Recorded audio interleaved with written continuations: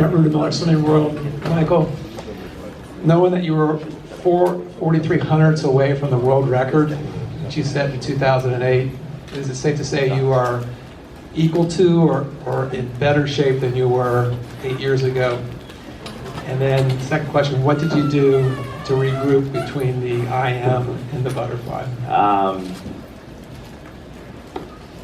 I don't know if I'm in better shape than I was in 2008. That hurt a lot. And I think the biggest thing for me through the meet so far is I've been able to kind of finish how I wanted to. I've been able to come back and I've been able to accomplish things that I just dreamt of. Being able to have the opportunity to come back and win my fourth 200 IM in a row. I don't even know how to put that into words.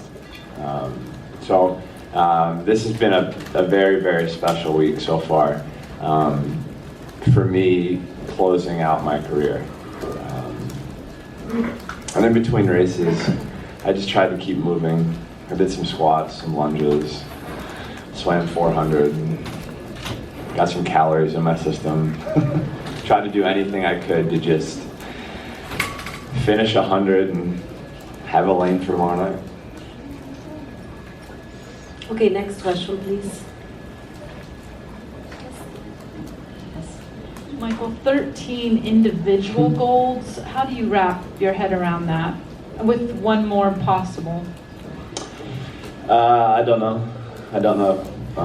When I'm sure I'll be able to at some point in my life, but right now I don't know how to wrap my head around that. I don't know what to say. It's been a hell of a career.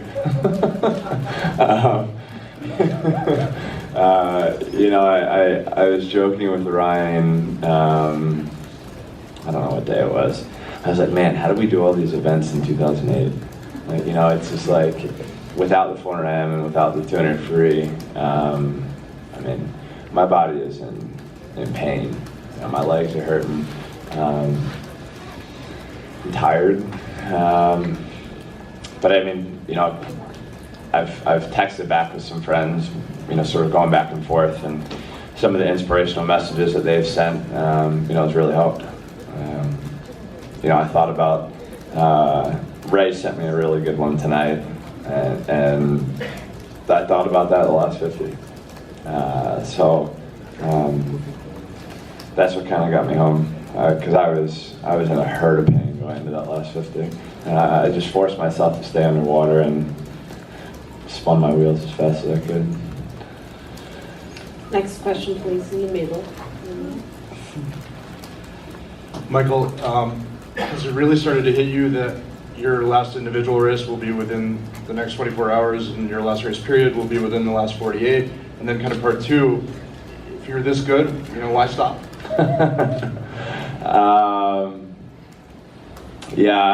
Things kind of started hitting me this morning. I was like, wow, I only have to put a suit on, racing suit on 2 more times after tonight. And I only have to warm down 1 more time after tonight. Like those little tiny things I've been saying to Bob kind of every day, and I was like, wow, tonight's my last 200 ever.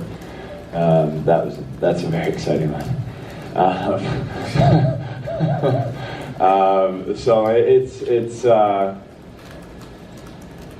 It's wild to think that, 20 years ago, over 20 years ago, I learned to swim, and it's all stopping competition-wise in the next 48 hours. It's kind of hard to believe that Ryan, not hard to believe, but kind of crazy to believe that, Ryan and I have been on the Olympic team and national team together since 2004. That's the longest, I think, continuous competitor I've ever had. Definitely one of the toughest too. It's crazy to think about some of that stuff, but it's also really cool because I've been able to do everything that I've ever wanted, and it all started just as a kid. I wasn't afraid. Okay, please, next question. Michael, there are people who don't regularly watch swimming back home that flip this on and go, yeah, it's Michael in the water and he wins and that's what he does. Can you talk to the process you went through in your comeback and how, when you started, this was not what the end was going to be? Do you mean like, hold on, can you elaborate a little bit? Sorry. When you first started getting in the water in your comeback Okay, and well, the struggles you had yeah. with your times and what you were doing. Yeah. I kind of knew when I first started coming back that it wasn't going to be an easy process and that I was going to have to force myself to go through pain that maybe I didn't really want to go through, but if I wanted the end result, it was something that I had to do. And I think I was just ready at a point in my life where I was ready to do that and willing to do that. I came back the heaviest that I've ever been. I mean, it was, I've said it like, I've said it a bunch, like I felt like a kid again. And that's the difference. I felt like I did when I was 18.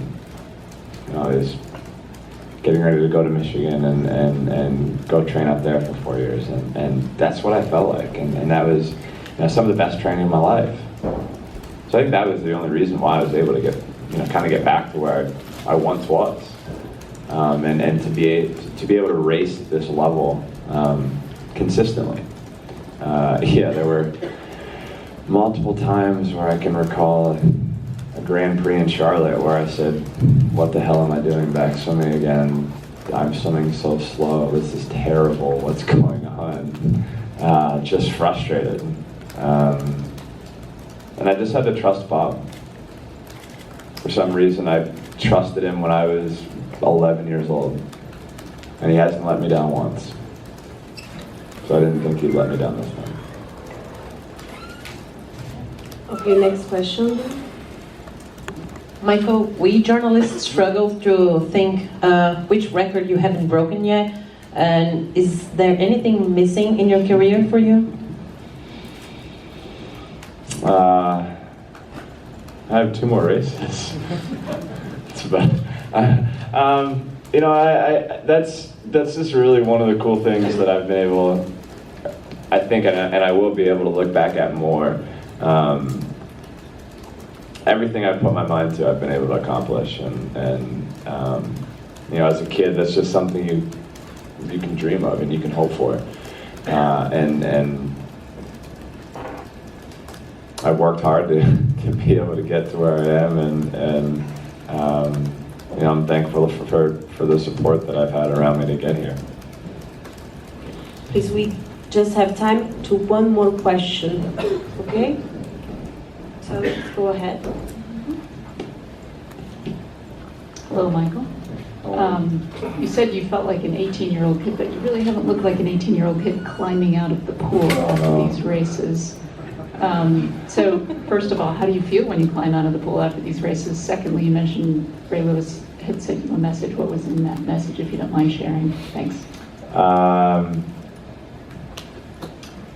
It's more painful getting out of the water now. My body definitely doesn't feel like an 18-year-old.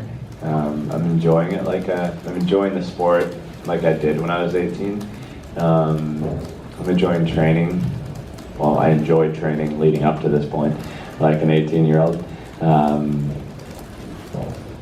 it's just like, I think before I was always looking for shortcuts. I was kind of always looking, maybe I can skip a week here, skip a week there, and still get by. Or, no, I don't need to do that butterfly set. Or, like little things like that. And I think I kind of was just like, okay, Bob, you have free reign to whatever we're going to do, let's do it. So, I guess I kind of went through some obstacles that I probably maybe didn't want to go through before. But I was open to it now because I wanted to be able to be back to where I am now. So getting out of the pool may take a little bit more energy. It might be a little bit harder. But it's just as sweet standing on top of the podium listening to the international anthem play. And that's hopefully I have the chance to do it again, but that's something that when I do retire, I will miss. Every time I do think of, hear the national anthem, whenever I hear the national anthem, there are so many memories, that are always going through my head. And pretty much every time I hear it, I'm in tears. And I was trying to hold it back today. Didn't quite work though. Sorry, what was the second part, Vicky? Oh. I'll just tell you the last part. He calls me baby boy, and he just said this is your lion's order for today. He's like a big brother to me, and I won't share the exact message, but I read it right before I walked out. And then I saw his message back to me right after the 200 AM, before the 100 fly. And I was almost in tears. But I knew I had to go in some 100 fly, so I had to kind of rethink what was going on and try to get ready for that and make sure I had a lane for tomorrow. So I'm probably going to call him after this, after I get out of here. Pumped to see him, pumped to talk to him, and the Ravens won today, which is nice. Thanks, guys. Thank you very much, Michael Phelps. Thank you very much.